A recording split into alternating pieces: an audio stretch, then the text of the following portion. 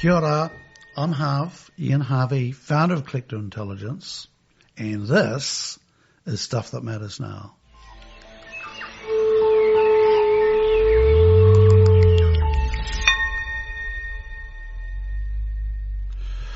Nā mai hoki mai. Today I get a chance to talk to Rob McGowan, a very wise man with a huge amount of experience, starting his journey as a Catholic priest, working with Māori for 40, 50 years, a practitioner of traditional Māori medicine, and the founder of Tiwaiwaka, a movement that is there to heal the Māori of the whenua. This is a unique conversation. We could have gone on all day and would love to have a follow-up with Rob at some point. But today, enjoy listening to a profoundly wise man with a huge amount of experience. Enjoy.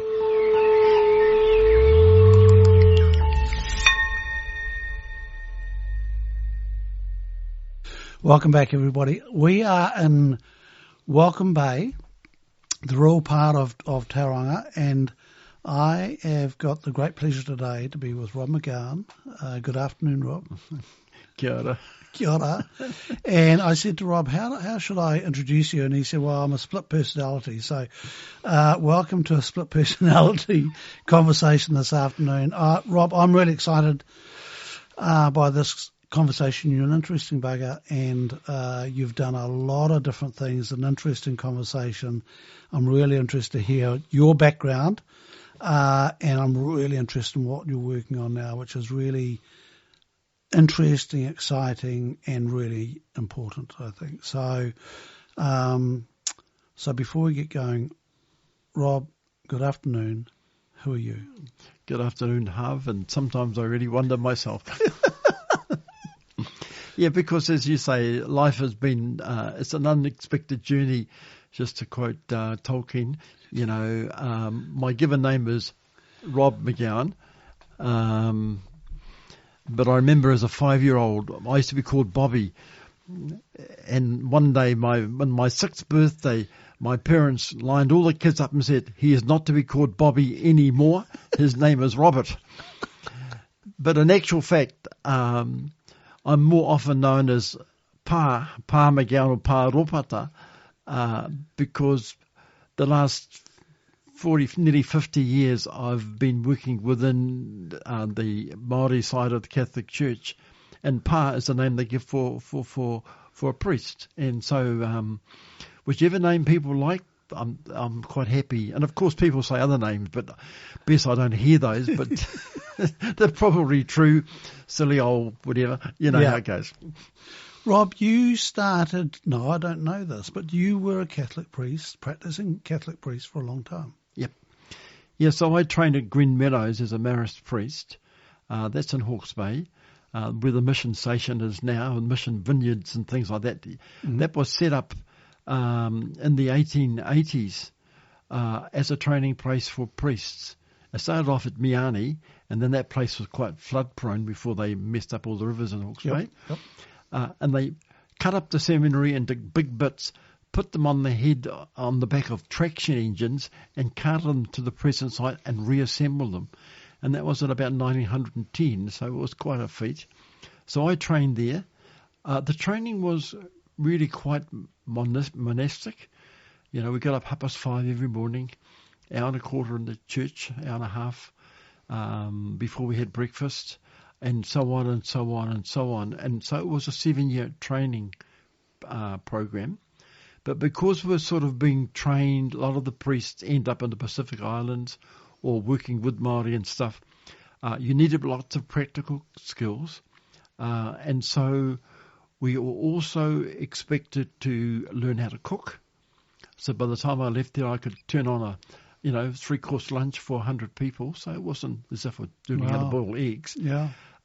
We had to look after a garden, and so my garden was a fernery. So by the time I left the seminary, I knew a lot about native ferns. And we had to learn a trade, and my trade was beekeeping. And so again, I could have been a commercial beekeeper at any stage if I had wanted to. But the whole idea is we were a religious order. We worked in rural places. That was what I was trained for, and that's what I did for about 15, 16 years in different parts of the country. Rob, at what stage in your life does somebody go, I want to be a priest? For you, when was that? I think I was born on December the 8th. And December the 8th in the Catholic Church is a very special day. That's the Feast of the Immaculate Conception. And even before I started school, I can remember the nun saying, Robert McGowan, born on December the 8th, you are going to be a marist priest. You know, and all of my growing up, that was the expectation of the family and the people around me. And I remember when I was ready to leave school, I did most of my school in Wanganui, but the last year was at St. Pat's in Wellington, the old grey mother they used to call her. And I was signed up to go to the seminary. And I went up to the spiritual director and I said, I think I'll put it off for a year. And the priest said to me, oh, you're just sort of getting cold feet, aren't you? I said, yeah. That's quite selfish. I said, yeah. And he said, well, it's pretty terrible if you start off your life by being selfish, isn't it? And I thought, yeah, that's right. Yeah, okay, I'll go. You know, because I guess it's a way of the old Catholic tradition. You know, the greatest thing is to give rather than to take, and to be of service to others. That was very, very much the people that taught me, the Marist priests that taught me, the nuns that had taught me, the people around me. We lived very much in a given world, and to be chosen to be a priest, that was a gift. And when people give you something special, well, it's not wise to turn it down. And so, but remember, it was a very different world then. You know, a priest had a special role within the community. He knew where he fitted in. He knew what was expected of him. Very different to the world we live in now. So it wasn't such a big deal, you know. When I went to the seminary, there were 17 men started with me, and the seminary had about 70 trainees, and they were working all around the world, the people from the seminary in Hawke's Bay. So nothing special, quite normal for the time. This was in the late 60s. Rob, when you say quite normal, that's a bit of a stretch. I mean, 17 is not a lot. As in, look, you are the first Catholic priest I have interviewed for the podcast. I'm going to say normal through your worldview. For me, not so much. It is a very, very... look, I feel incredibly honoured that you're sitting down with me and talking through this, because it's such a different, interesting journey. And I ponder, like, 7 years of training. That's intense. That's a long time. Long time. The young man that went in and the young man that came out, what was the difference after 7 years? Well, but the journey is on many levels. Of course, there's the intellectual journey. You know, a priest was a person who carries the teachings of the church, and you are meant to be the one that actually passes that on to the people that you're actually serving. So that was one part of it, but it was also the spiritual journey. A priest, more than a teacher, is a spiritual leader to actually give guidance and support and comfort to people. And you don't do that by knowing a lot about it. You do that by actually walking the journey of discovering. Mm. And so, you know, that time in the chapel, we had morning prayers, then we had a half an hour meditation, then we put on our robes and that for the Mass, and then only after that would we actually had time to sort of just to talk to each other. Most of the day was in silence, you know, but really it's that inner journey that we needed to walk. You know, we were Catholic priests spreading the message of Christ, and so you can't spread a person's message unless you know who Jesus was and what did he teach. And how do you actually share that? You share it not out of the knowledge in your head, but actually out of the fire that burns in your heart. And the length of the training wasn't just to sort of grow you there, but also to work out, is that what your calling is, or is it something different? Mm. And so normally, up until when I trained, of the people that went in, just over half would actually end up being ordained. A lot would fall out. Sometimes the health wasn't up to it. Sometimes they realised this wasn't quite what I was looking for. And sometimes, whatever the reason is, you know. And Rob, fascinating that you chose or ended up in the fernery. Yep. And working with bees. Yep. Compared to looking at what you work on now, did you choose those two things? Well, yes and no. When I was getting ready to go to the seminary, one of the priests at St. Pat's said to me, when you, they're going to ask you what sort of job do you want to learn, and it could have been a bookmaker, not the ones that run racehorses, but, you know, bookbinding and that stuff, or a shoe person, or a plumber, or electrician, all those sorts of practical things. But make sure that you sign up for bees. I said, why? Well, not many people will. But secondly, that's the only way you're going to get out of the place. Right. Because we had beehives around the district. Right. And of course, sometimes when we go and check our beehives, well, cup of tea, especially the nuns at Green Meadows at Minor Girls College, you know, we had 2 hives down there, which really wasn't much help, but always a lovely afternoon to you and all these cakes and goodness gracious what. So it was a very practical reason. The fernery, the head beekeeper was in charge of the fernery, so that's how I ended up in the fernery. He was a West Coaster. Right. And West Coaster, real bush people. Yep. And ferns are ferns, you know. I'd always been a gardener. I grew up as a gardener. My mother's, she's Croatian, so she's a tarara, you know, a Dalmatian. Growing things was how I'd grown up. And so that was an extension of that.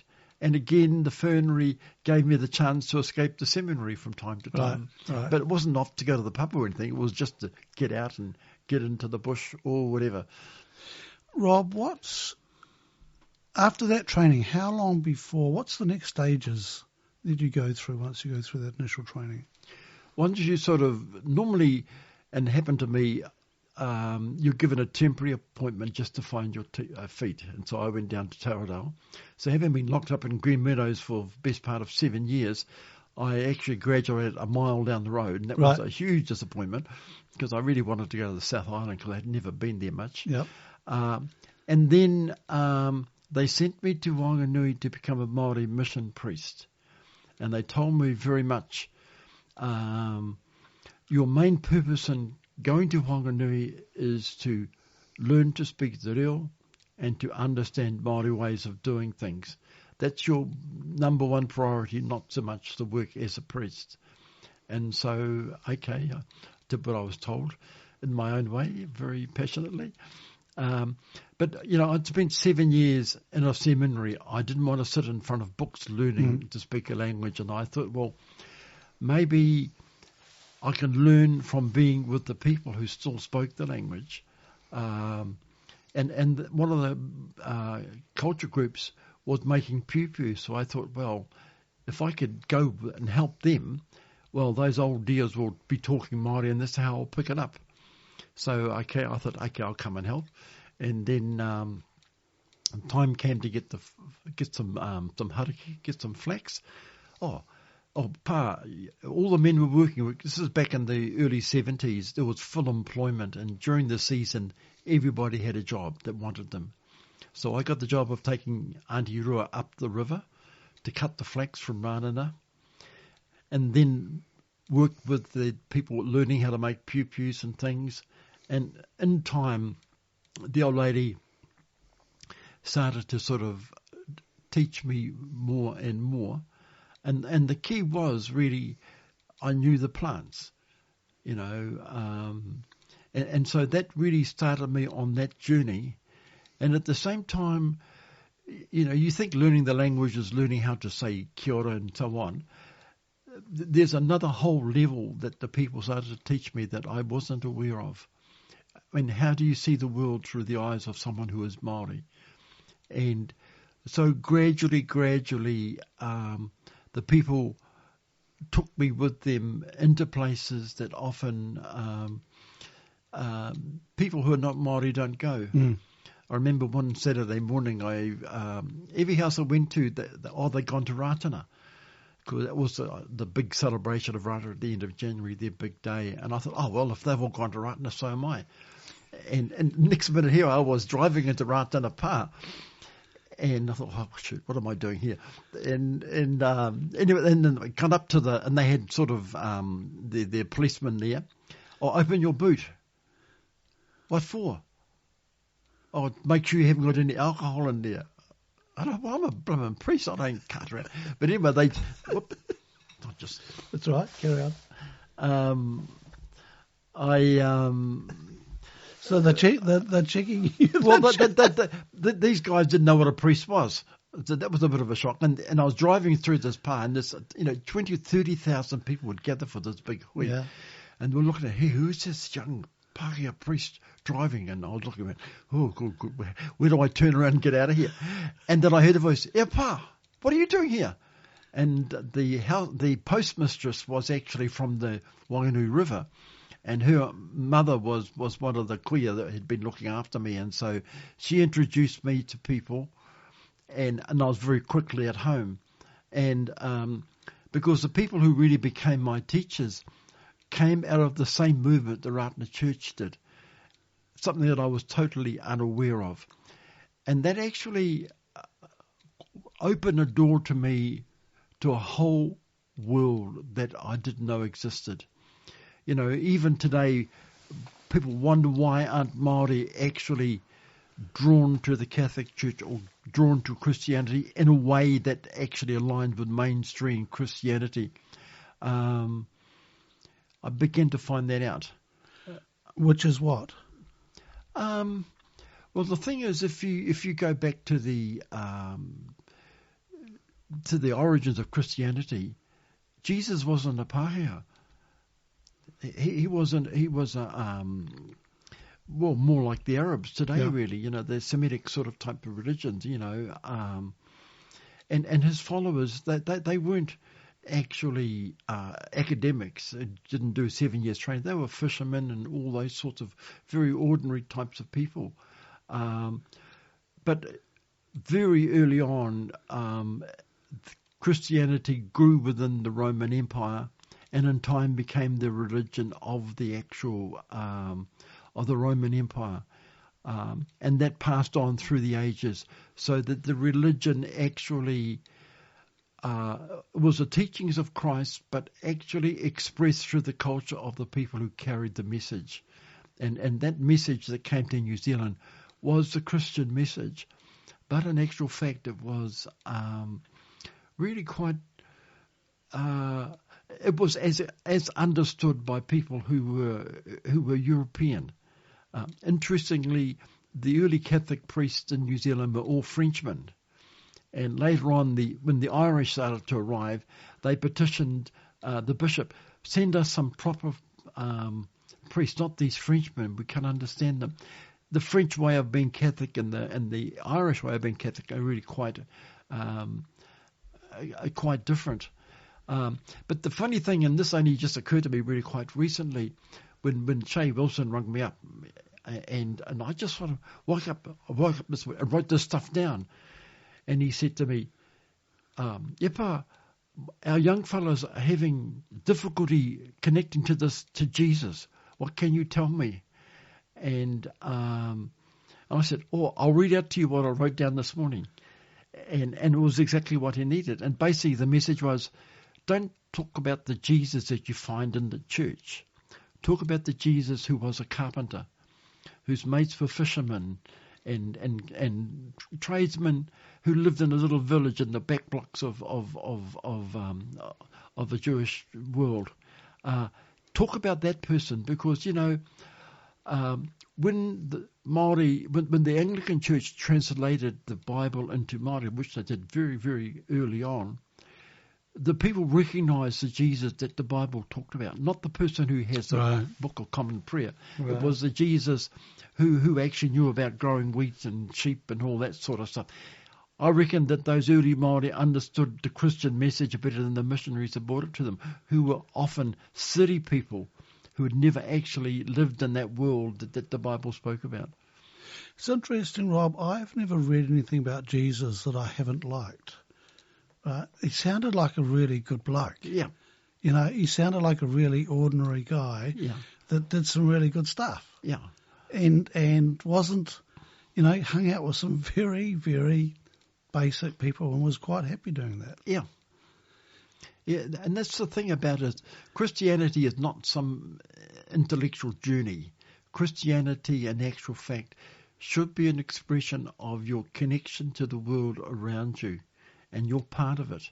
And the amazing thing about Christianity was it was based on forgiveness,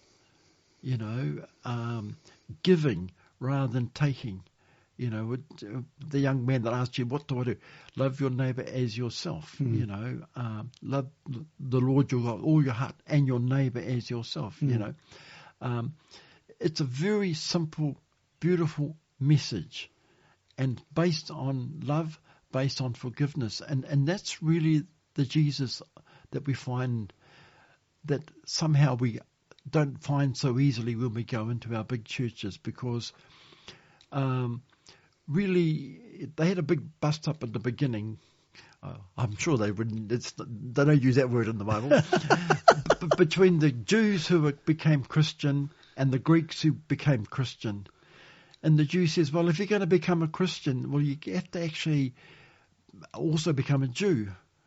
And they sorted that out. No, you don't. Long as you actually follow the basic teachings and avoid a couple of the extreme pagan stuff, go for it. You express your faith through the world that you're part of. And so I remember I had a big argument when I was a priest with the priests in Hawke's Bay about, could we have the confirmation for the young people on the marae instead of in the big church in town? And Paul Marekura came with me. He was very elderly at the time and very frail. And he got up and said, my Lord Bishop, God made me in his own image and likeness. And all the priests and the bishop all bowed their heads. Yes, this is a very wise old Māori. He knows his Bible, And then he said, and God made me a Māori.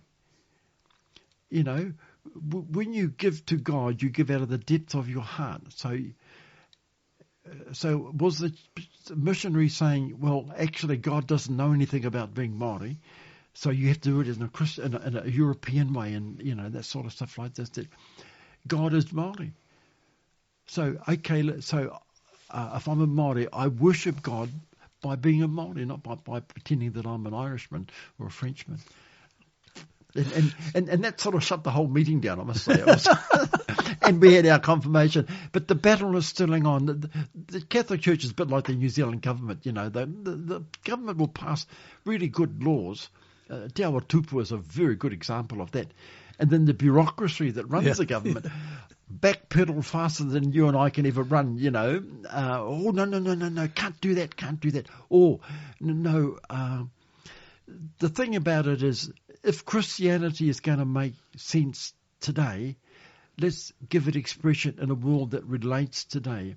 And remember always that we're dealing with Jesus, who was a carpenter.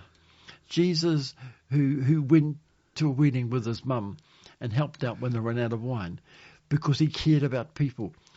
Jesus told us, be like little children, because to such as these belong the kingdom of God, and so on and so on. The sparrows that the Bible talks about, God looks after the sparrows and feeds them. So what are you worried about? Rob, look, I'm laughing because there are times that I go to church with my wife and she goes, oh, here we go. Because we'll be reading something out of it, what's the name, and there'll be some words there. And I'll say to her, sort of whispering, what does this mean? And she's going, shh. I'm going, who's made this stuff up? You know, there's some words Yeah. in there, just going, this is, and it's just like, be good, just go with the flow here. Yeah. So, Rob, you're a young priest, honky, cruising around the Ratana church, totally out of place. Were you dressed as a priest? Yep, very much so. Right. And how did the day unfold? Well, once I connected up with the Mare Kura family, which is also the Ratana family, because Mare Kura and Ratana were quite closely related, and both directed by the same special lady, Miri Rikiriki. I was part of the family, Right. and that's the whole thing is, and I was sort of made at home, and all these people who knew who I was, I didn't know who they were, but I was a priest, and you'll find that within the Te Ao Māori, Catholic priests are widely respected. One of the things when Te Koti was sort of, I suppose, spreading the message of the Ringatu Church, he always referred to the Catholic Church as Te Hahi Matua. All the churches, like the trunk of the tree, basically in time devolved out of that original sorts of things.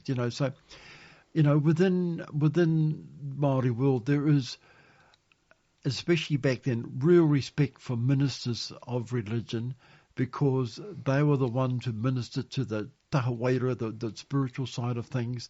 They had a special role, and they were respected, even if sometimes you might not be liked very much. And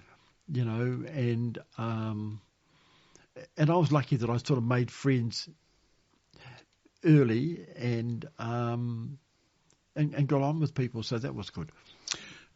Why did they pick you to go to Wanganui? One is because I went to the seminary from Wellington, and you never get sent back to your hometown, and they sort of hadn't clicked on that I was actually brought up in Wanganui, so that was one thing. And the second thing is that in the course of our final years of training, we had to indicate where we would like to go in terms of our pastorate, and some were actually destined for the Pacific Islands.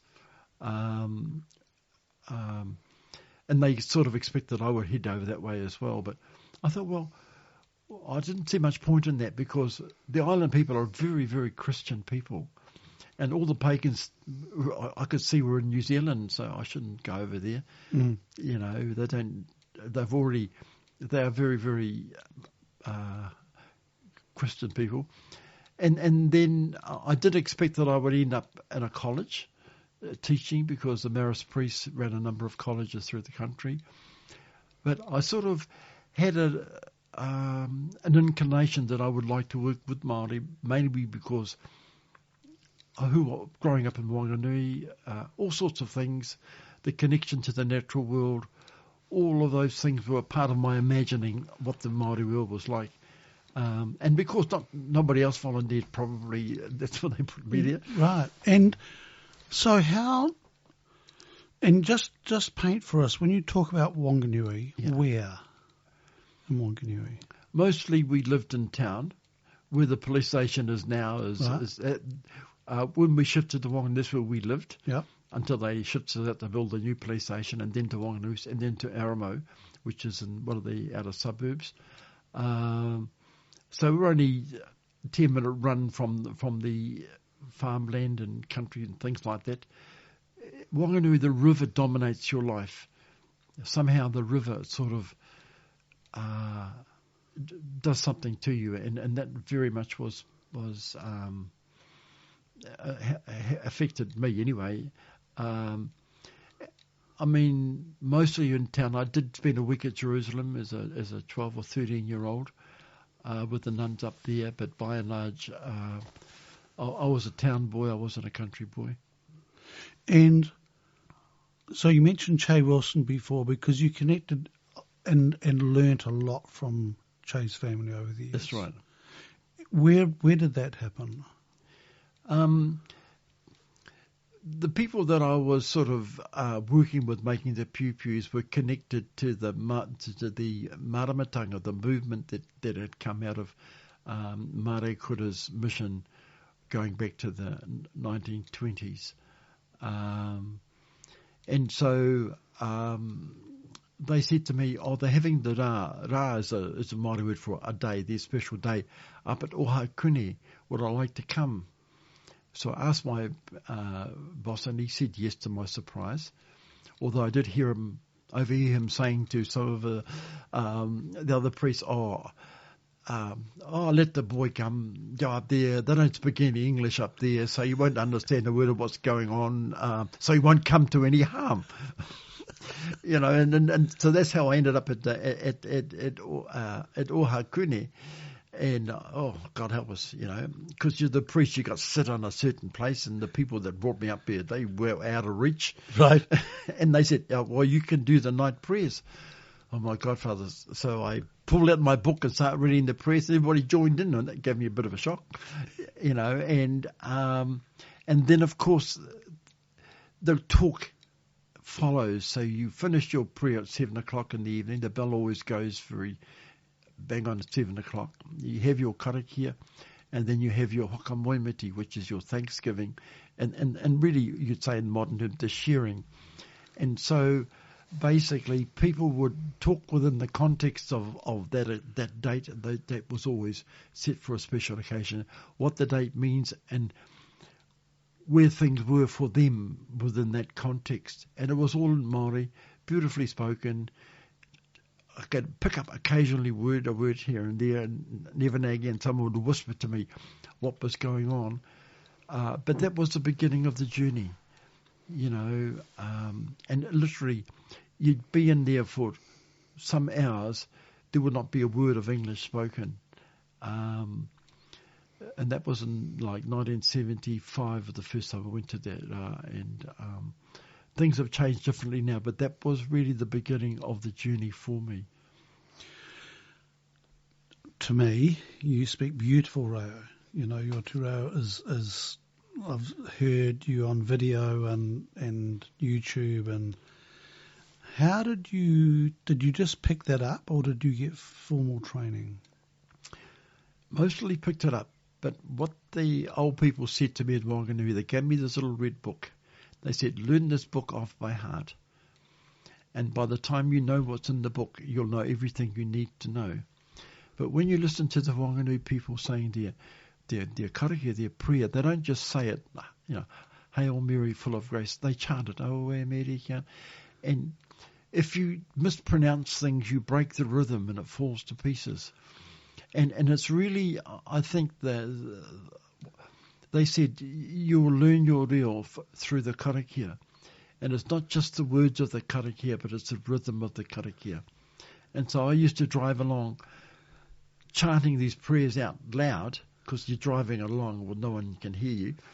But, yo mana mato, kira tokito, pai te hata mato, you sort of comes to you. The rhythm of it. And of course also because you're saying, people forget that they try to learn a language with their eyes.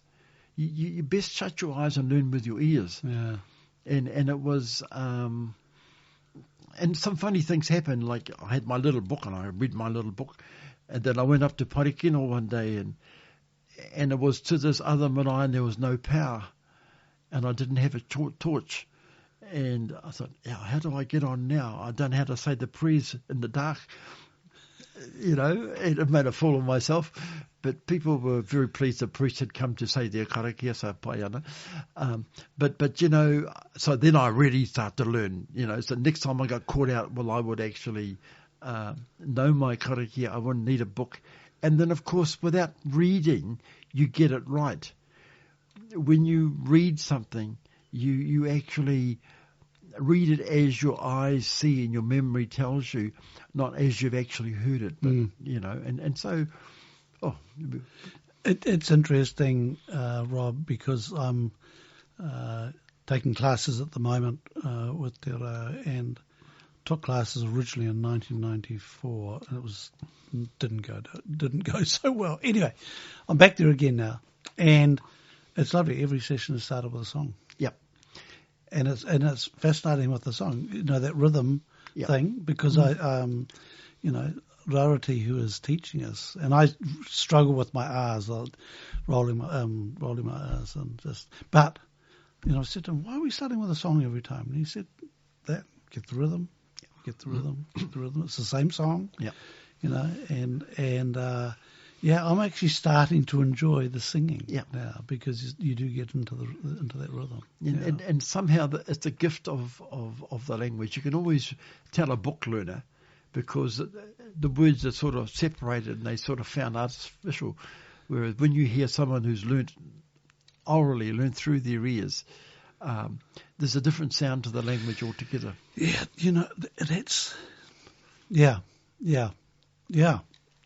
That's even when somebody who is quite fluent, and you can hear doesn't have that rhythm, doesn't have the music to it, does it? Exactly right. Yeah. And see, that's another huge big loss, because I can remember Sam Rangiuhu was Canon Rangiuhu, who was the Anglican minister for Waipatu in the 70s and the 80s, saying to us, remember that when you stand up and speak on the marae, your speaking should be as beautiful as the birds singing in the forest.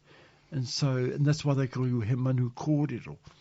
And so if you want to learn to speak Māori properly, go into the forest and listen to the birds. And the birds will actually give you the language that you need. So you go into the modern forest and you hear, this is what you hear. Listen. Nothing. No birds. See, if the forest has no birds, it has no voice. And that's where the Māori language came. That's why New Zealand language is different, say, to Cook Island or to all the other Pacific Islands, because the sounds of this country are different. And really, to learn the reo properly and to understand it properly, we need to reconnect to where it came from. And that means especially the ngahere, and that means especially the birds. So this whole predator-free New Zealand program, you can sort of say, well, this is an ecological restoration thing, but also it's a cultural thing. This is how we will recover our reo for Aotearoa. We will learn it from our birds. And, there's a different sound when a tui or bellbird sings to a thrush, and they're both beautiful singers. You know what, Rob? I've never heard that before. I've never heard that correlation between the birds and the Māori language. And when you say it, it makes sense to me. And Māori is such a beautiful language to listen to when it is spoken by people who are, fluent. It is a beautiful language. Yeah. So, how long were you based in Wanganui for? For nearly 3 years. And then they decided to shift me up because I was being led astray. By? Well, by those bad Māori people.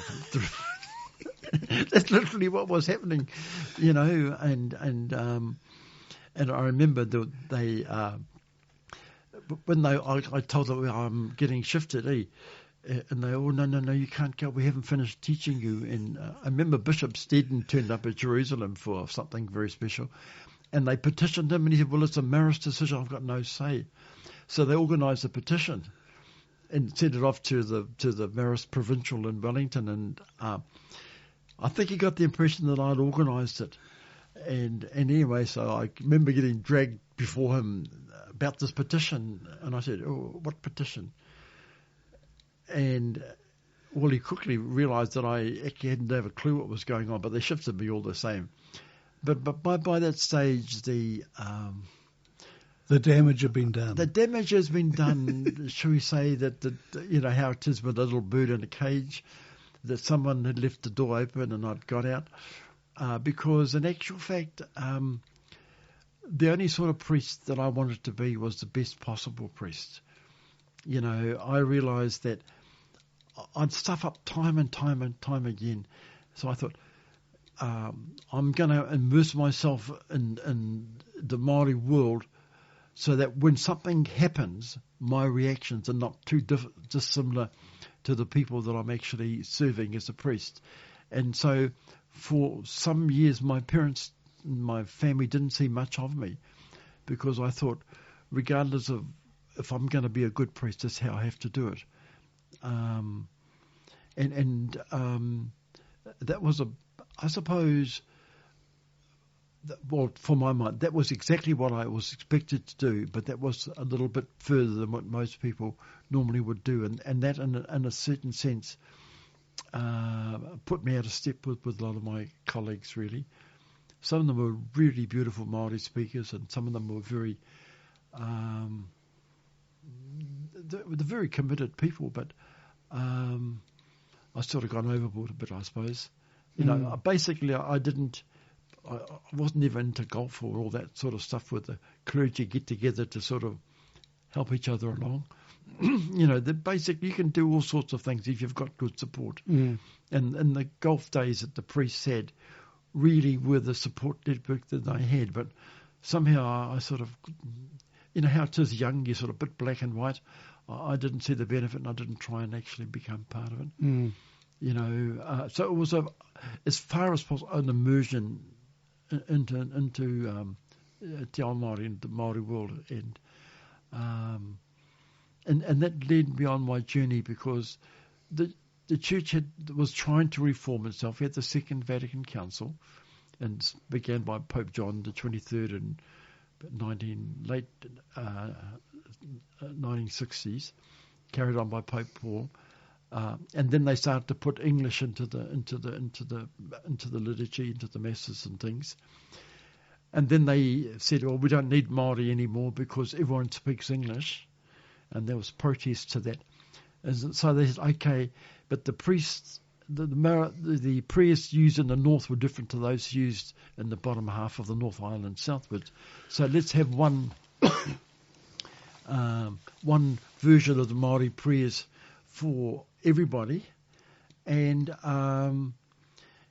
so they retranslated the prayers again, and the people who translated weren't as expert as the ones who'd done the original translators, which had been done in the early or mid 19th century, you know. And so the old people found that they were given a prayer book in Māori, which they didn't like the sound of it, and would not want it anymore, you know.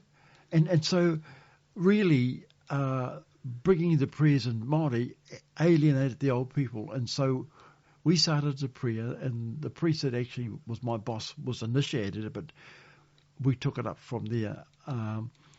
We'll use the modern liturgy, but we will use the translation of the prayers that people knew and loved, and that way we could bring them back into the church. And so we began that process when I was in Whanganui. When we got to Hastings and my mate Peter Reo, we really worked on it, and that made it a huge difference, even if it sort of put me out of step with a lot of people. So from Whanganui back to Hawke's Bay? Yep. And do you have your own parish, or how did that work? So I was based at the big city of Pakipaki. Yep. Pakipaki is the capital city of Hawke's Bay. Yep. Because in the old days, the people from inland used to. You could actually boat from Pakipaki all the way to Te Awanga, you know. So we were based there, and we serviced Catholic Māori people throughout the whole of Hawke's Bay, right from Woodville right up to Mahia. And so we covered that on a monthly basis. So it was quite a mobile sort of life, lots of people, and serving mostly with Māori Catholics, not with the parishes. And so this is interesting. So targeted, purely focused on Māori. Yep. Wow.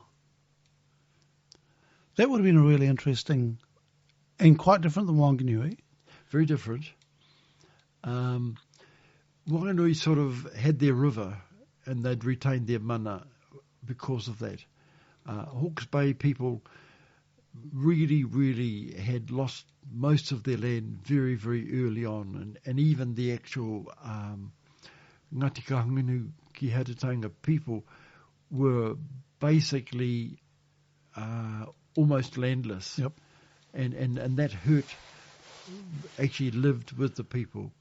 And because of the industries, watties, canneries, the freezing works, huge numbers of people from all around New Zealand converged on Hawke's Bay because there was so much work there. And so when I shifted to Pakipaki, it was quite easy for me to spend most of my time with people from Wanganui because so many were living there. And I was given strict instructions when I left the river. Nothing that we've taught you is to be shared with anybody who couldn't whakapapa back to the Wanganui River. You know, and there was lots of good reasons for that, which I didn't understand at the time. But, you know, it was a multi-tribal community based, or who had been welcomed by the local people, the Kakunu people, because of the work opportunities.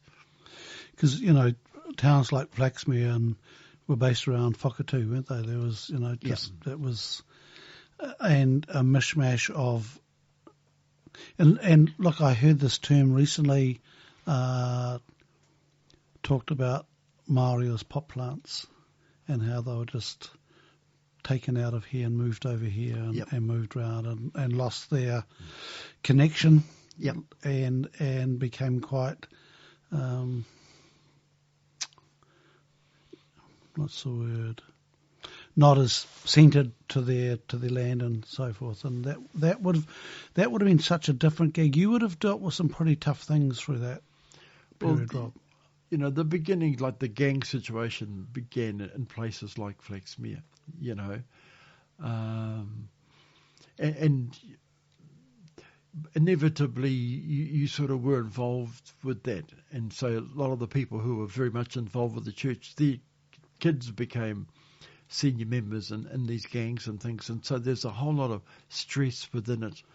And then when we had the big issue when the Timona, the Whakatū freezing works was closed down, that was 2,000 people working there in the heat of the season, and the Morrison's lawnmower people, they closed down, and then Watties kind of huge.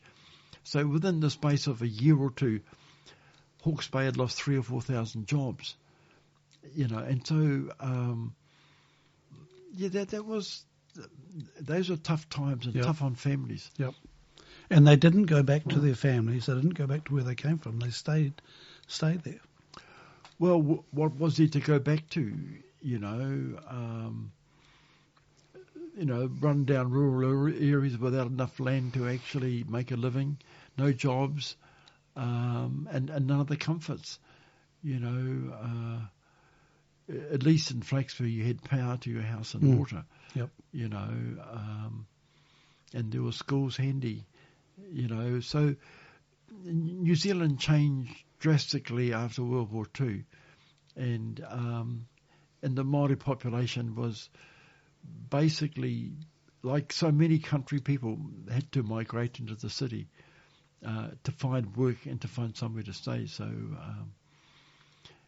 you know, where does that where does the church fit into all that? Basically, all we could do is walk with the people. We could solve the problems, and sometimes didn't understand the problems. Rob, did you think you were doing a good job as a priest? Oh, very much so. And did you like who you were? Oh, very much so. You know, I mean, that was my whole life, and I thought it was really, really worth doing. And the important thing, especially, to ensure that the children learn enough about their faith so that when they got older, it would be a support to them. And so I used to have little groups all over the show teaching the kids their prayers and getting ready for Holy Communion.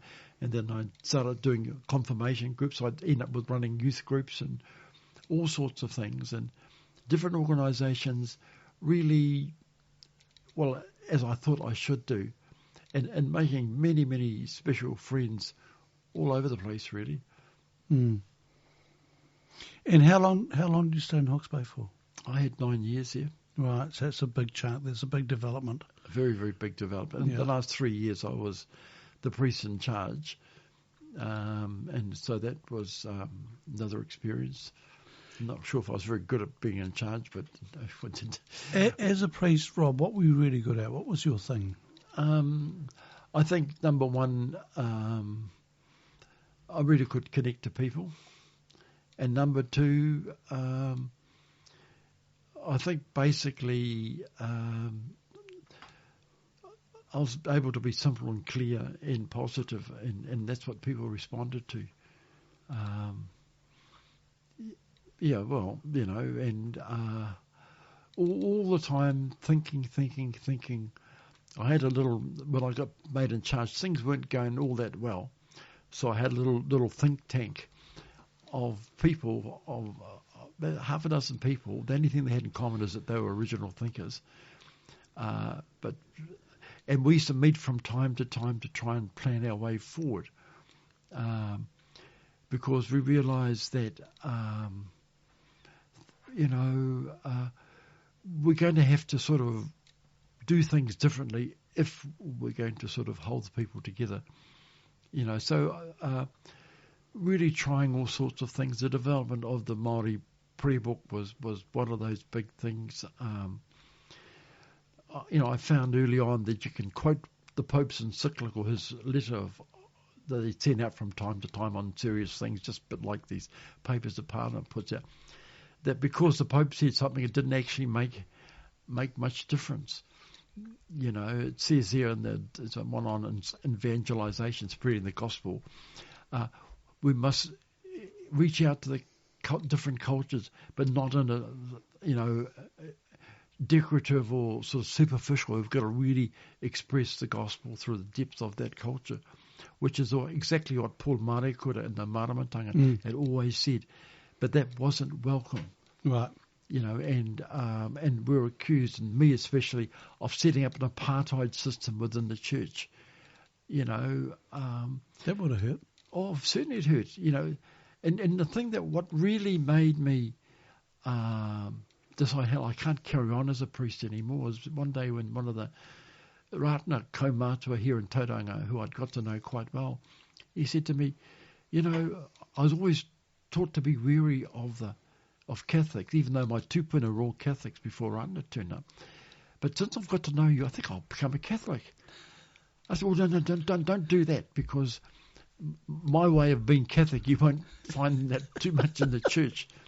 And I went home thinking, I'm the ultimate colonizer, because that kaumata, he would be polite to a priest, but he would never really, he'd keep that distance, but the distance had vanished. I was part of the family.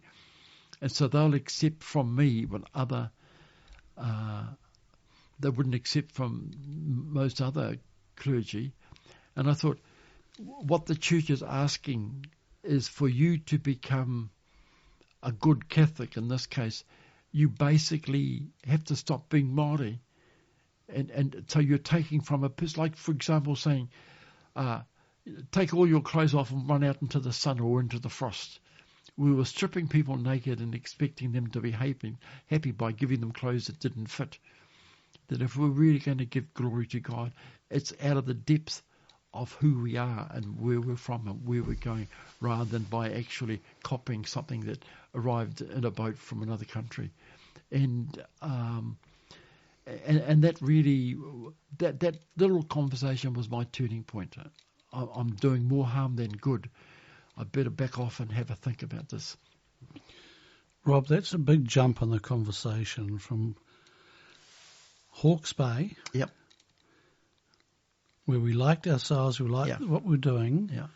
to this. How long did that transition, what gap are we talking about in years between Hawke's Bay, like what we're doing, to what you're talking about now? So I shifted from Hawke's Bay to Tauranga Moana, and the area, so I was based in Te Puke. My little wee area went from Minginui up past Murupara, right through to almost to Portiki. huge Catholic populations who were under-serviced since the Mill Hill priests.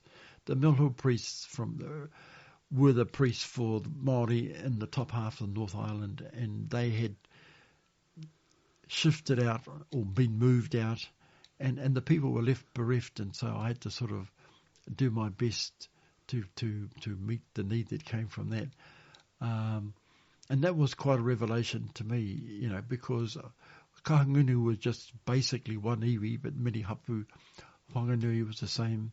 Hawke's Bay, you've got major iwi, from Ngati Whare, one end to Gaitarangi, Ngati Ranganui, Ngati Awa, Tūhoi, Te Arawa, all major tribes and areas where the language was still strong and very, very much from place to place. And so that was a whole new world to me, and that sort of, that took a bit of getting used to. Mm.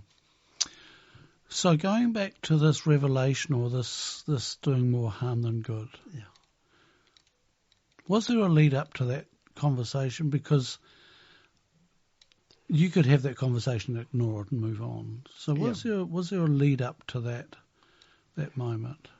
I think that in actual fact, right from when they imposed the new Māori prayers on the people on the Whanganui River and throughout the country, the questions that raised and the things that the people from within the Whanganui River and within the Māraikura were sharing with me, I could sort of see that there was very much a disjoint, that in actual fact we weren't doing a good job and we were getting worse at it.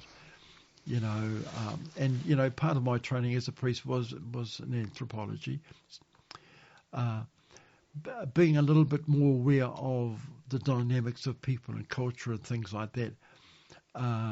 Right from a very, very early age, even before I became a priest, I sort of had a feeling that we need to listen more carefully and maybe try different pathways.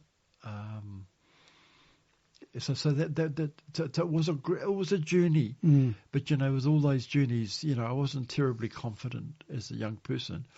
I was really quite shy. People find that hard to believe, but in the seminary, if people came to visit and I didn't know them, I would hide. I was too scared to talk. But maybe I would have moved early if I had more confidence in myself. But it's a gradually thinking things through and looking for the answers. I think very much. See, we live in a time these days very much like the Renaissance, when the whole world was being tipped upside down, and answers that made sense a generation ago no longer make sense. And so really, I suppose, post-war, World War II, the whole world, and New Zealand part of that world, began to sort of refocus itself. And I suppose that I was just like so many people caught up in that. But I suppose I couldn't find satisfaction in actually just playing the party line and sticking with it. It just didn't seem like Didn't fit. Didn't fit. And so, Rob, what did this culminate on? At what point do you go, I can't do this anymore? Well, the thing about it is, I'm going to take leave of absence and think it through and take as much time as I want. And my bosses within the church, they're totally, I can't say enough about how positive they were in giving me support. It was. So it took 5 years before I was brave enough to actually say, no, I'm not coming back. Give me the papers. I'm going to apply for laicization, because it's a bit scary. Here's me in my early 40s. It would be no job. this is when I first. So I made the decision, and it was 5 years before I actually took the step. Mm. But in the early 40s, I sort of thought, no job, no home, no money. Probably the people that think I'm closest to would probably turn their backs on me. I'm going to do it anyway, because I think, I had to take that risk, had to challenge the boundaries and go through them if need be. And I guess that's part of me, really. Might take me a while to make up my mind, but when I make up my mind, I do it. You and I have spent much of today together talking about what Tiwaiwaka, which we'll talk about soon, and you've used the word bold 3 times today. Yeah. Is that a word that you use often? Very much so. And it's very much little debates with myself, don't lose your nerve. If it's not going to work, well, don't persist with it. It seems a bit dumb to do that. So I sort of realised that the world that you and I live in today is vastly different to the world that I grew up in. Yep. So either we sort of beat a constant retreat, or we actually step out into it and accept the challenge and move forward positively. And, attack's the best means of defence. And rather than regretting what we have to leave behind, the certainties that actually surrounded us, let's say 40, 50 years ago, rather than living in regret of that, let's step forward and welcome the new opportunities and really be true to ourselves, really. So, you're in your mid-40s? Yep. Oh, when I finally made the thing, I was probably about 42, I suppose. Then what happens? Well, you know how it goes. No, I don't. Well, you're sort of travelling new roads, like sightseeing in a new country. You're sort of like me at Rantanapa, kept driving forward until, I've always found that, if you had asked me when I was 15 to describe my life in 50 or 60 years' time, it would be nothing like what I'm doing now. Yep. And I've always found that at critical moments, something would happen that would actually give me a direction. I can remember when I was training to be a priest, and I was really, really down because it's quite a, high pressure sort of training, the whole priest thing, and I was really, really down. And this little kid that I'd been talking, because we used to go down to practice teacher, would teach the kids who couldn't go to Catholic schools their catechism 1 week a week, and one of those little girls was in my class, and I was really feeling gloomy, and this little kid comes squeaking past, "Hello, Brother Robert," and waved at me in a beautiful smile, and all my difficulties vanished. That my whole life has really been moments like that have actually shown me the way forward, really. And I sort of like the comparison I use, like when you're climbing a mountain, the higher you go, the more time you spend in cloud. But every now and again, the cloud's clear and you can see a long, long way.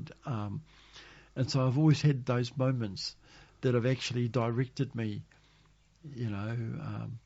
Probably one of the most critical things I ever did was break my leg on top of Mount Ruapehu, and it took me 3 hours to get back to my car. Wow. Because nobody knew I was up there, of course. Yeah. But then I had to spend 6 weeks laid up, and that gave me 6 weeks to rest up and to have to think about things and change gear and try again. I probably would have gone down the road then I would think. But, and so I got a job first working at a nursery, and then I got a job working for Te Awanga Trust Board, and then an opportunity came up to get a job at the university, and I thought, I might as well have a go at that one because... Doing what? A Centre for Continuing Education, which was a branch of the university whose main role was to ensure that the communities that served the community enjoyed the benefit of the special people there. And so we used to organise community education courses using the special people at the university. And they gave me that job because I'd already done some work for that centre, teaching traditional Māori medicine. And they said, okay, he'll be okay working with the whole Māori side of the... And so I did that for 10 years.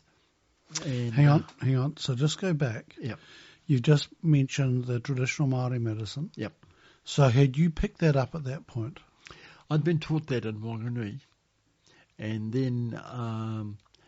and basically kept it to myself, only really sharing it with people from the river because it was something I got from the river. And it wasn't until one of the kaumātua from here in Te Awanga, Vic Smith, asked me to come and teach their young people. And I said, I better go back and ask Wanganui. Yep.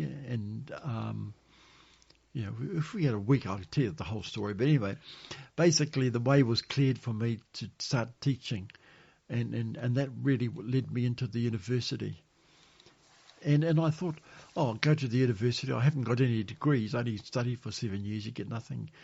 The Catholic university system is not recognised by the mainstream New Zealand education system. But you would have learnt to learn. Oh, yes. And it was quite wonderful. I went up to the anthropology department at Waikato University. I said, this is what I've done. And they gave me, the church had given me a list of all the stuff I'd studied. I said, I consider that to be equivalent to a bachelor's degree. I want to go straight into master's. And they said, give us a couple of days. And yep, okay. And so I joined up. And master's in what? It's anthropology mostly. Right. It was my major thing. And again, which was tying on with a lot of stuff I've already learnt. So that gave me some credibility. In the process of working there, that's when we started Tāne's Tree Trust, which was basically started to get New Zealanders to reconsider the use of native timber trees instead of just growing pine trees. And that only happened because I went to Hastings to see some of my special people down there and came back and rung up to one of the professors in biology, Warwick, I'm sick of pine trees. Let's run a workshop to look at native trees for forestry. And that's where Tāne's Tree Trust came from. And that's really a major force in terms of the whole thing that's happening with New Zealand forestry at the moment. Rob, just going back to you come out of the ministry as a single man. Yep. And you've got a family now. Yep. What's that transition like? Oh, well, quite revelationary. When I sort of decided I'm going to have to leave, it was the days of the Thornbirds and all that sort of stuff. I didn't have anyone lined up. I'm not. No, I wasn't. Yeah, I wasn't. Yeah. This is a genuine, open question because it's just like, wow, this is lots of big changes. Yep, and to myself, I got into the way of thinking that I was never going to have a family, never going to be married, and even when I decided to leave the priesthood, it wasn't for the purposes of actually looking for a partner and all that sort of stuff. The only certainty for me was that I had to sort of walk out into the darkness to see where that journey took me. It was quite because being working with Māori communities, they're not well off people, and you get by. I mean, I had to learn how to use money. Mm-hmm. I can remember in the backs of Hawke's Bay, I had enough money that if I ran out of petrol, I'd be able to get enough petrol to get home. But I didn't actually often have money to actually buy me a kai if I got hungry. And just to be able to go into a shop and get me a pie or whatever, fish and chips or something, I had to learn to do that. You know, I mean, those little things were strange. Rob, I'm sitting here trying to imagine and going, this is, a huge transition. Yep, it was, and it's so funny things, and with my printing of books, prayer books and things, I built up some money, so I decided, I better open a bank account. I'm sick of all this money sitting around. It was never a great amount, but it was still money. So I went down to the BNZ to open a bank account, and they said to me, "Oh, have you got any other bank?" No. Well, I'm sorry, you can't have a bank account because I've got no credit history. And I said, well, I'm a priest. If you can't trust me, you might as well close up the shop. and then one of the other tellers, oh no, he's all right. He banks the church money, and so all those little bridges, those little silly things, and I'd always worn priest clothes, and so to have, I can remember after I'd left the priesthood, someone asked me to do a wedding, I can't do a wedding anymore. Oh, well, can you be the MC? Oh, well, okay. But then I didn't know how to put a tie on. Had to get, and I had no idea what to buy in terms of formal dress. I'd sort of lost it, and so it wasn't a big thing, family or home and that, but just the basic things of being able to buy stuff. Yep. and how to work out things like bank accounts and God, I'm useless really. Look, Rob, I've been doing it for all my life. I'm still useless at it, but yeah, look, thank you for sharing that, because it'd be very, very easy to skim over that stuff, but it's not. I'm just going, wow, this is a massive line that you have jumped over. It's a massive line from being in the priesthood into this other world. Yeah. But not quite as much as you think, because before I even told my parents that I was actually going to formally resign, I went back to the people that had taught me on the river, to the maramatanga, and I said, I've got something to tell you. After I've finished, if you tell me to leave, that's okay. I just want you to be the first to know, because you mean so much to me, and I don't want to hurt you or anything. So this is how it is. And they said, "Oh no, we've been waiting for you to do this for a long time, and that's why I'm still called Pa." I said, "Well, I'm not a priest anymore. Well, as far as you're concerned, you are." And even though I don't say mass and baptize people, in terms of that spiritual support that the priest is meant to give, that is very, very much my role in here in Tauranga Moana and around the country. They see me as Pa McGowan, so they see the priest or the minister in me more than anything, and so sometimes I'm called upon to officially to do something like do an unveiling or bless a home or something, but by and large they see that's who I am, and so again, I suppose a difference in the Māori way of looking at things and those who are not, the mainstream European way of looking at things, where there's much less forgiveness. You get the Irish saying about a spoilt priest, and that really is a disparaging sort of term. Well, you don't find that within Te Ao Māori. And there was one old dear, Ed Makatu, long since passed on, and she says to me one day at Makatu, "Yeah, Pa, what are you doing as a priest?" I said, you need priests. Look, you're a waste. Young man like you should have a wife and kids. And the whole idea of celibacy within Māori culture and thing is really a little bit hard to fathom. Although I must say that it would be very hard to be married to a priest. If I was married when I was priest here in Te Puke, on beck and call of whoever, Yep. So leaving the wife at home to bring up the kids. I mean, the priests or nun, they give their whole lives to God and to the people. It's a life of service, and as long as you see it as such, it's a very positive, wonderful, amazing life. And if you live with regrets, well, best to get out of it, because basically you're undoing the message that you've committed yourself to give. And a lot of my mates who are still priests, wonderful, generous, outgoing, big-hearted men who I admire immensely.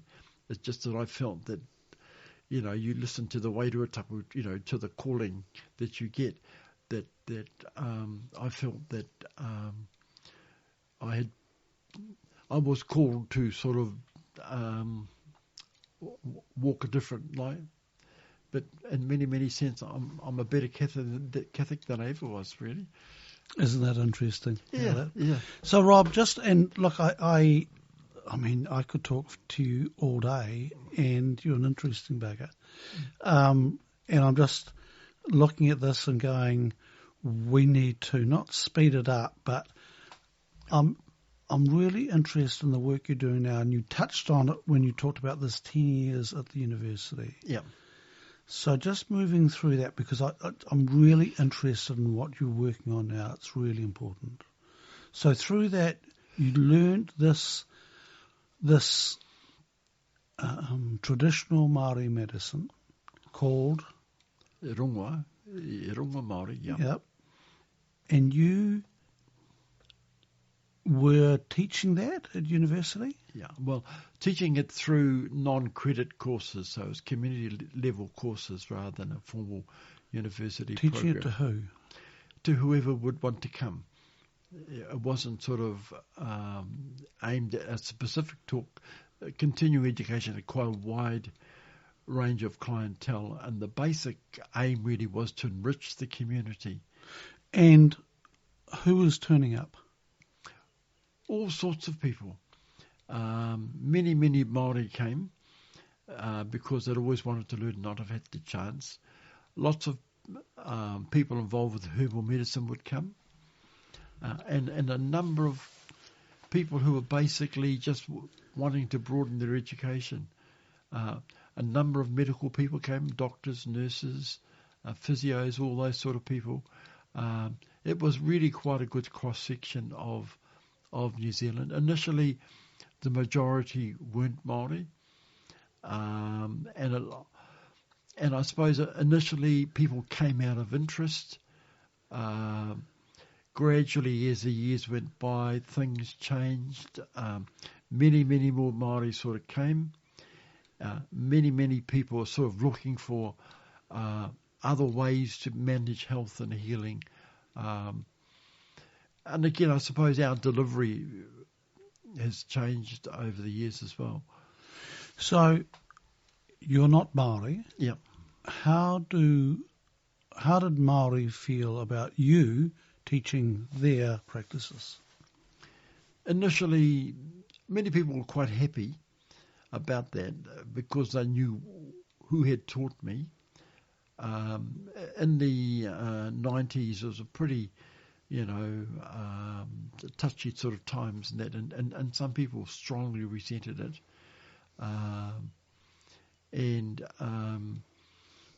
But should we say I had plenty of support and I'd been well taught, that what they always said, within Te Ao Māori, you're not free to do anything until you actually get permission from the home people. And so when they first asked me to do a course, well, I said, well, hang on, you better check it out with Tainui.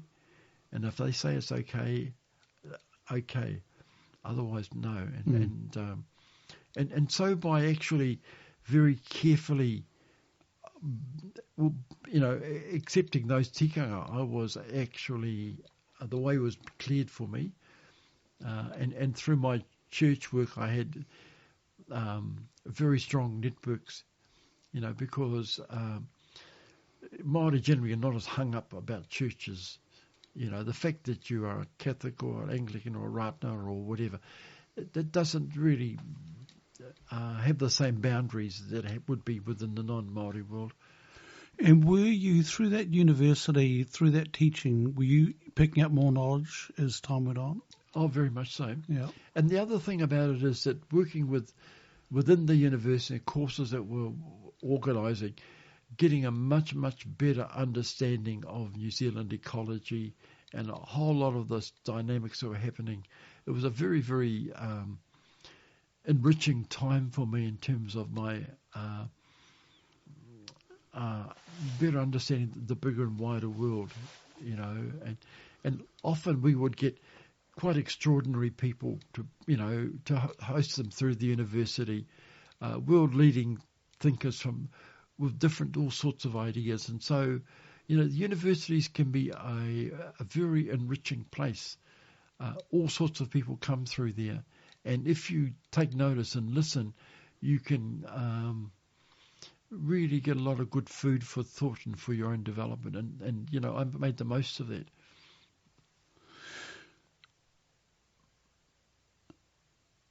Fascinating. Anyway, so then 10 years after the university, then what? Universities were changing dramatically in New Zealand. I mean, they're expected to be more businesses than just plain universities.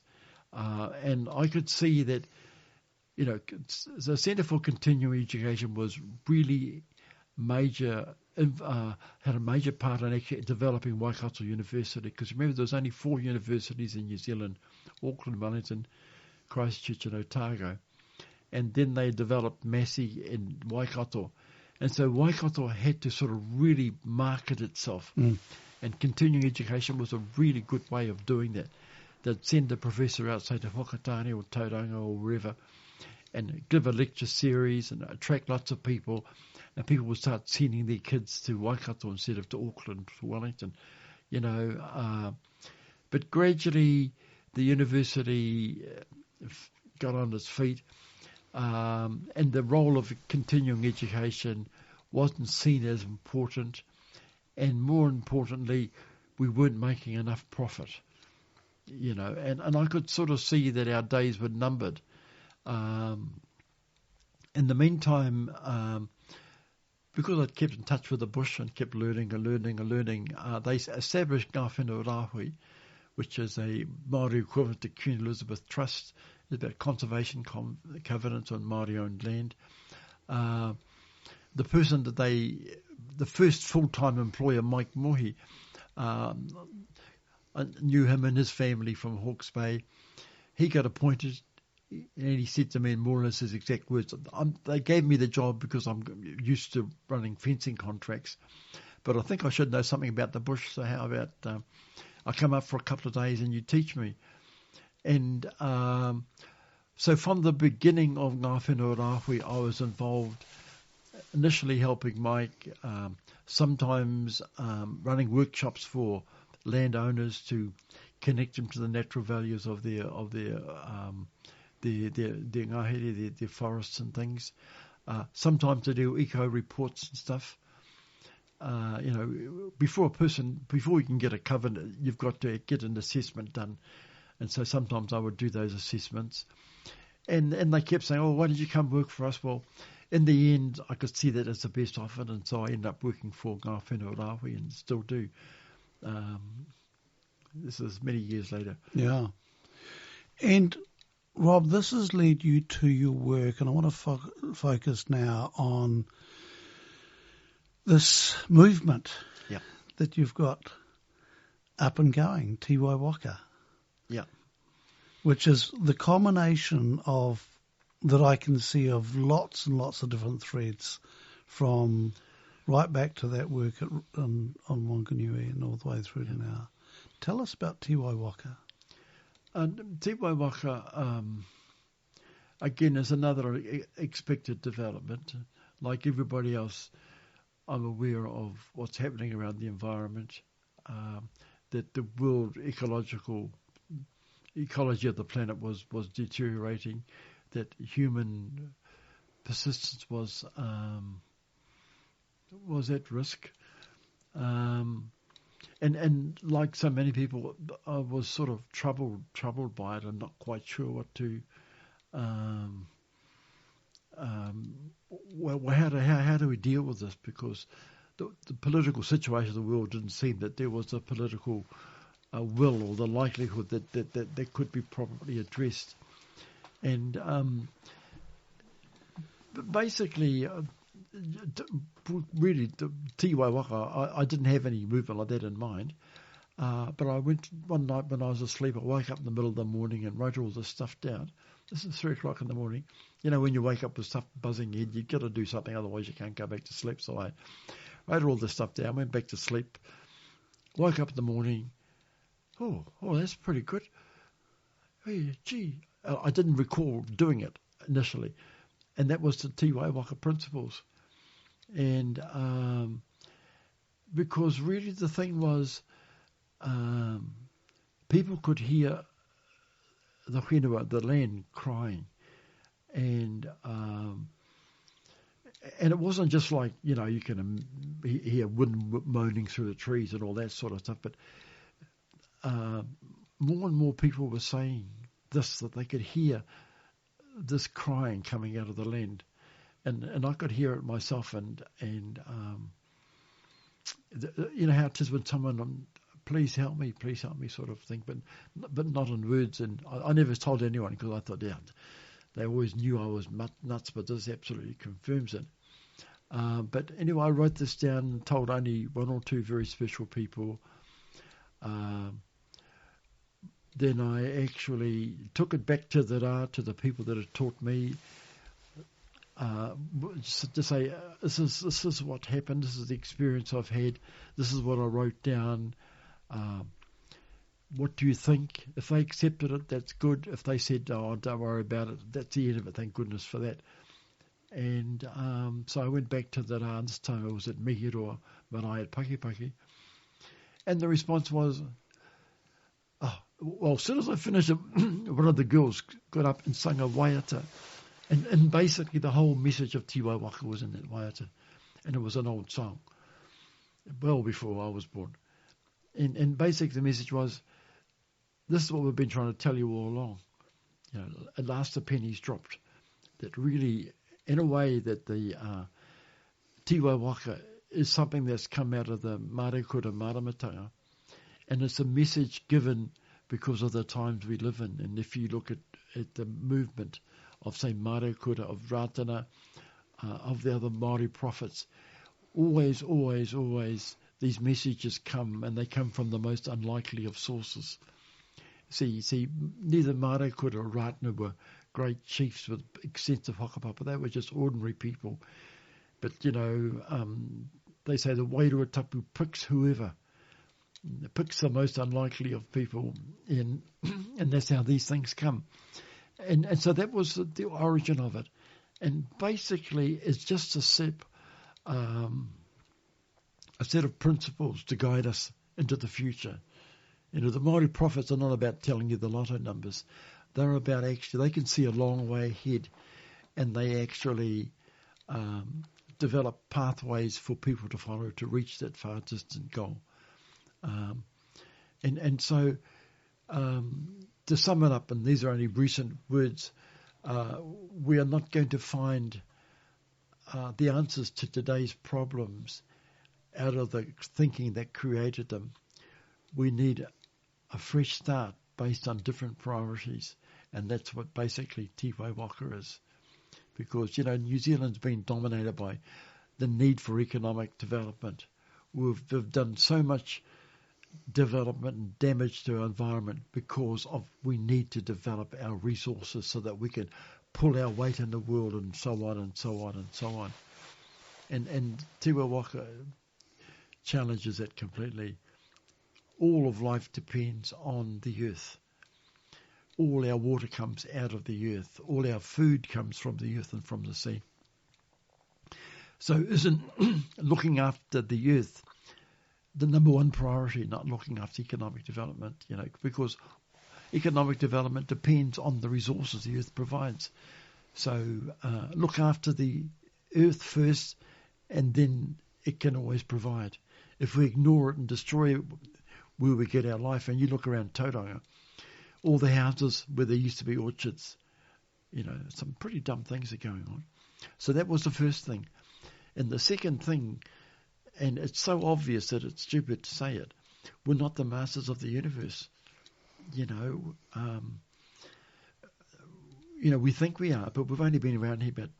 Human race has been developing ever since it stopped being sort of hunter-gatherer for not much more than 10,000 years, and we just about wrecked the show, Whereas we've got Tāne Mahuta, which is a couple of thousand years old. The whakapapa for kauri trees goes back 100 million years, Yet we have told ourselves that we are the masters of the universe and so on. I mean, and I use this expression the other day when I was talking to the Tauranga Biosecurity Symposium. Saying we're telling each other we're masters of the universe. We live in a world of fake news, or if anything was fake, it's that one. That outdoes anything Donald Trump has ever said. So are we allowed to say that on the radio? Oh, I think so. And the Māori express it much, much, much better. That all the trees and the plants and the birds were to cover Papa Tuanuku so she wouldn't be left exposed. And the last of all his children was the first human. We are the babies of the family, and the trees and the birds and the insects are tuakana to us. So we're spoilt brats. The baby in the family is often a spoilt brat, and it's time we grew up. And then the third thing, this is pretty good for 3 o'clock in the morning. Eh? Well, you weren't doing much else. So. Well, that's right. So the next principle? Yeah. Mauri. And everyone talks about Mauri, life force and so on. So where do you find it? Mauri is found in the connections which enable life, and especially to enable life to thrive. And so all life depends not on the fact that you've got big trees or good grass or clean water.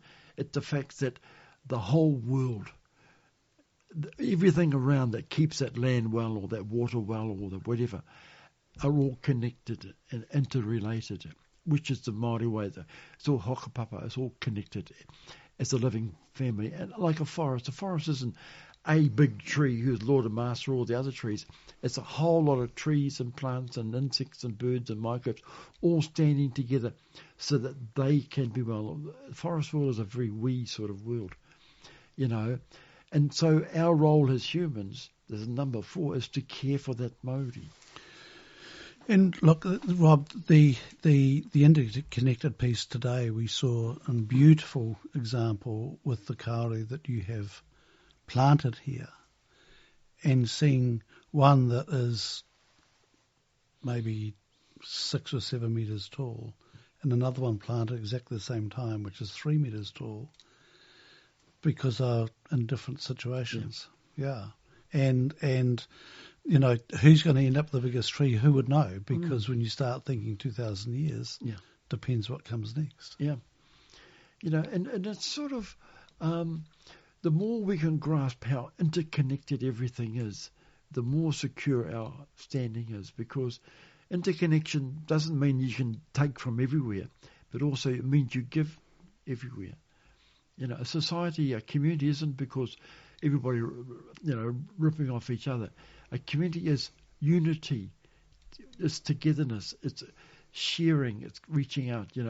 I mean, that's how the natural world is and exists. And we've actually been out of step with that for too long, and so our future isn't about planting pine trees or putting up solar panels. It's actually learning that we're connected and focusing on caring for the connection, and that really, to my mind, is the key to it all. But of course we get in the way, don't we? That I'm entitled to more than you, so therefore that sense of entitlement and that jealousy that someone else is doing better. If we're going to survive, we've got to get over ourselves. And this whole doing better in what way, Rob? That's the thing, is that some of the metrics that we use are so unnatural. Yeah. Some of the desire to have more wealth, have more things, have more, and just the way we measure the economy on GDP. Yeah. It's not natural. It's not natural, and it's foolish, and it's basically constructed to further the advantage of the few at the cost of everyone. We look at protesters in Parliament demanding my rights and this, that and everything else, but don't the wealthy of the world give them the example of how to do that? I'm sort of more and more thinking that, people can get addicted to money. That we talk about how terrible alcohol addiction is, or pee addiction, or whatever. I really think that people can become addicted to collecting more and more money. Rob, with our work, I've seen people addicted to. I've seen people addicted to spending. So it's not just about things, but actually addicted to spending. I've seen people addicted to looking good. Yep. Addicted to status. Yep. Needing to be seen, to be cool, or there's all sorts of funny little things, and all of them are harmful. Yeah, all of them are harmful, and none of them they continue to dominate us until we recognise them, accept them, and then reach out. It's really sad when you see people who are worked their whole lives, but still keep reaching up and make more and more money, as if you're running down a hill and you can't stop yourself. And they can't take it with them, but they still ripping people off and doing all sorts of terrible things. It's a terrible addiction. Hurts people badly. It's a terrible pain because there's something wrong, but you can't stop yourself. Yeah. So, Rob, so how many principles for Tiwaiwaka? There's 6. Yeah. So the last one is the most important one in many ways, because life began with microbes, gradually evolved into something wonderful like you and me, But in actual fact, all life depends on microbes. Our health depends on the microorganisms, So the last principle is we must take care of the tiniest living creatures, because in actual fact, even though they're so small we can't see them, they are the foundation of life. That's where you find the modi. And when I look at our farming practices, where so much of what we do depresses the microorganisms in the soil as we try and enhance their fertility, I think that we need to really think on that. That one of these very, very wonderful American medical people in his later years focused on focusing on health rather than heart surgery, which was his specialty. And in one of his books, he said, the first living creatures lived in an anaerobic world where there was no oxygen. And they still exist today, and they still can't stand oxygen. All our oxygen actually is a byproduct of microbes. So those microbes exist in our gut. There's no oxygen down there.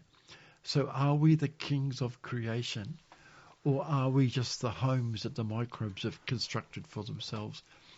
We've got to humble ourselves, laugh at ourselves, and get on with caring, because that's the key to our future. So, Rob, there is this movement, there is urgency. Very much so. Yeah.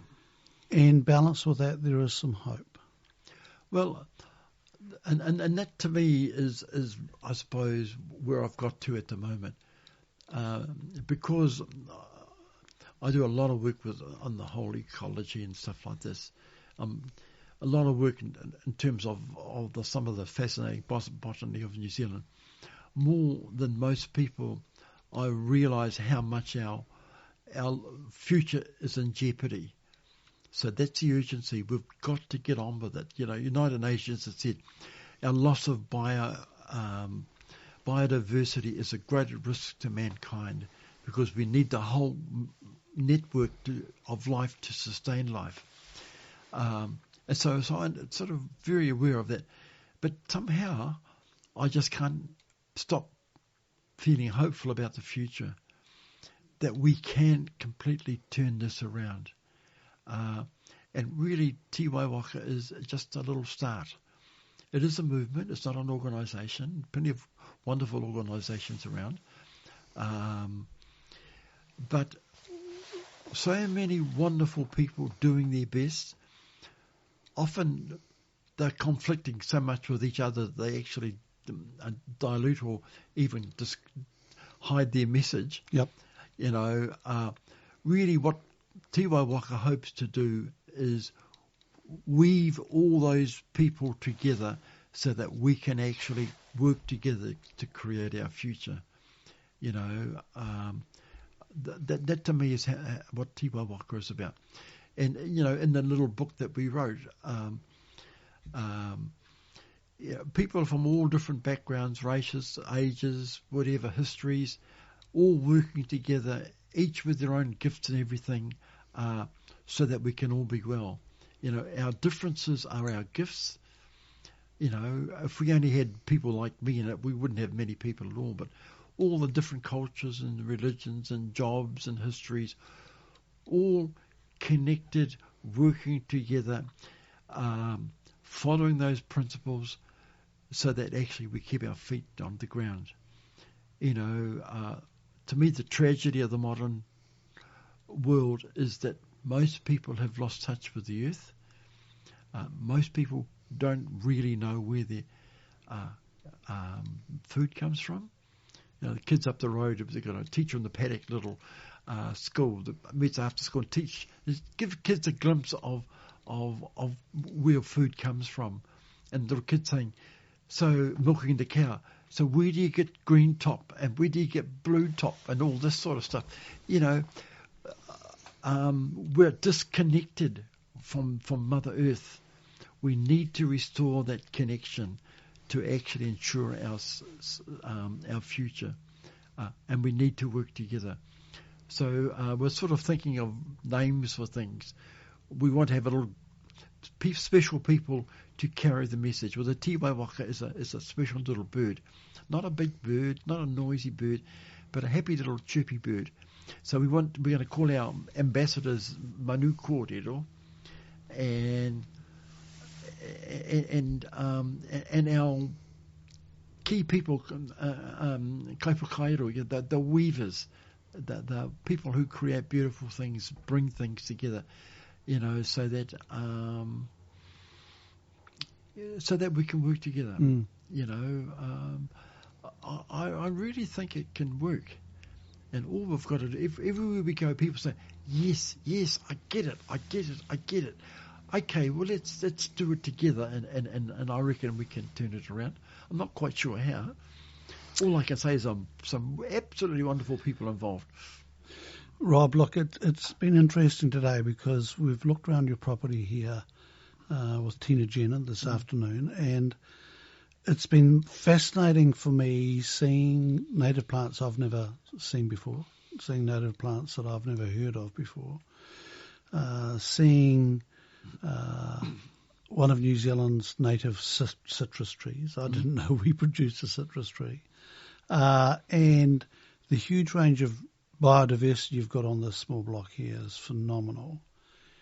Seeing a grove or a stand of kauri that you've got up and going, which is just superb to see. And then also hearing how some trees are in real strife because they're not able to germinate anymore, or they're not producing the seeds that they need to because of climate change. And then hearing about some of the good work that's being done of how to, step in and help plants with that. And I got the impression today that we're at a really delicate time now, and that's where the urgency thing comes in. Yeah. But there is also a whole lot of knowledge there that we can to draw on and to work to. Yeah. And Rob, the thing is that we've connected because of Che Wilson said that I needed to read your work, and then Tina had already given me your work. And the thing I love about reading the thing I love about your written work is that you've got an ability to convert the Maori meaning into English for me, and I think it's because you're Pākehā, I'm not sure, that I can understand. I find your written work so accessible, which is a gift for me, so thank you for that. You're very good at simplifying really complex ideas. And so I think what I saw on your property today is a mix of all that, of the delicacy of what we're up against, but also seeing practical solutions in action as well, all on the one property. Was that intentional when you set this up originally? Well, I'm not quite sure how intentional. The intention was to create a nice home. The intention was also to grow the medicines that I need, because sometimes they're hard to find.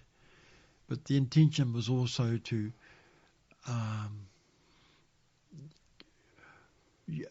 carry on with the journey. Life is very, very much a journey for me. My definition of an old person is one who stopped learning, and I still act like a teenager in that regard. But over time, it's become more and more clear that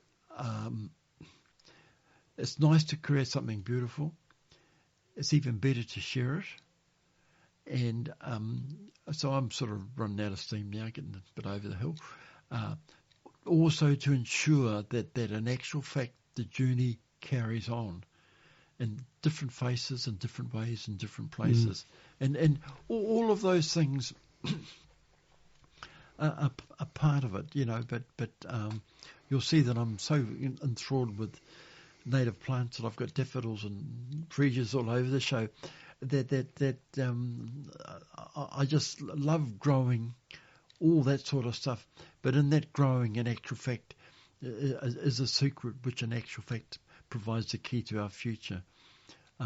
So most of all, this place hopefully doesn't just give me a sense of peace and a sense of connection, but it's also a place that quietly inspires people to actually keep sharing, keep giving, keep growing, keep learning, because human beings, we are extraordinary.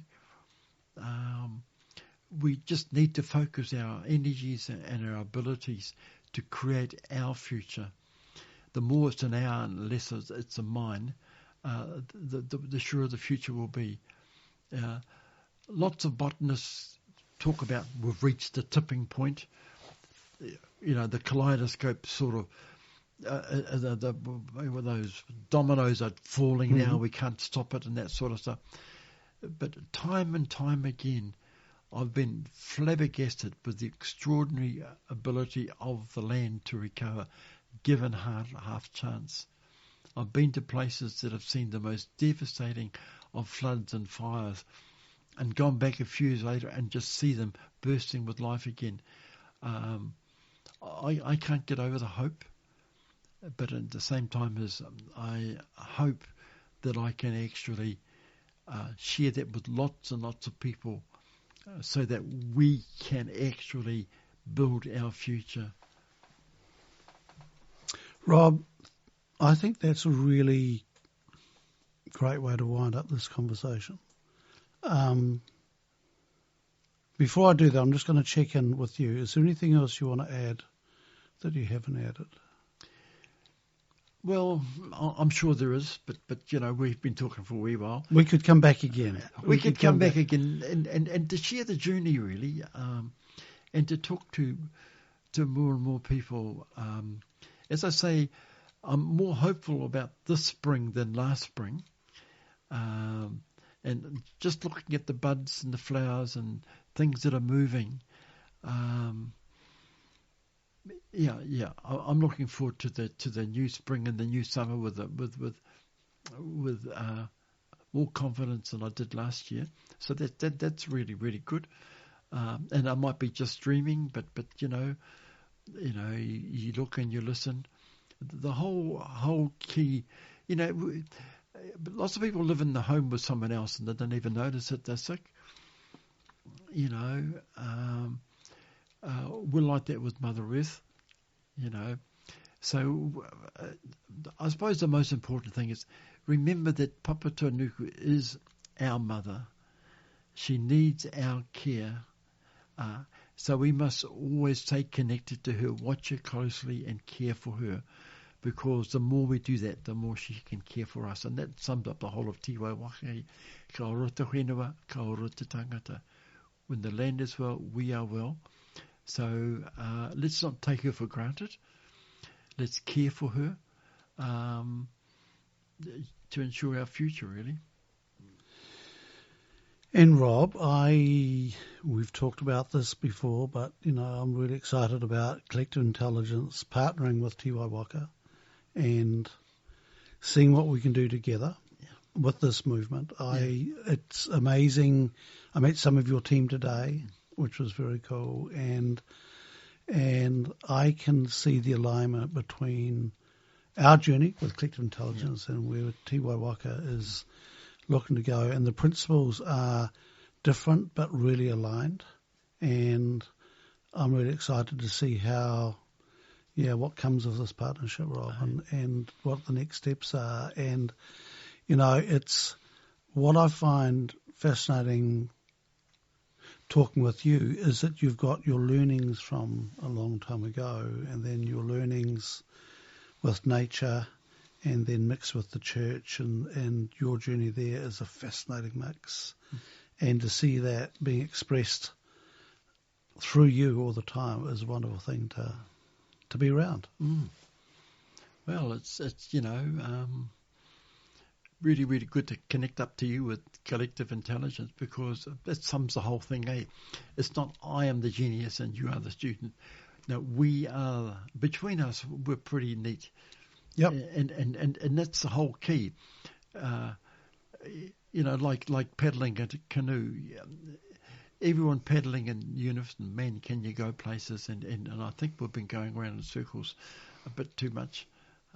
And of course, when we decide to paddle together, we are surrendering some of our personal ambitions. But that's what adults do as opposed to children. And we're grown up now. We'll try. We try. Men never grow up, eh? That's a whole new subject. Rob, thank you for your time. Good luck. I'm not going to say good luck, because I don't think you need luck. It's going to be fabulous to see Tiwaiwaka and where it goes from there. And it's been a privilege sitting down with you. Thank you. I'm really looking forward to our journey together and partnering. And thank you. Wonderful. Well, thanks very much. It's really, really good to have. The whole Tiwaiwaka journey has been one of meeting many, many wonderful, wonderful people, most unexpectedly. And, Tina, hadn't heard from her for a while. Che, well, how come we both know him? Well, I've known him since he was a kid. So it's really nice to meet you, Harv, and I do look forward to what comes ahead. Ka pai.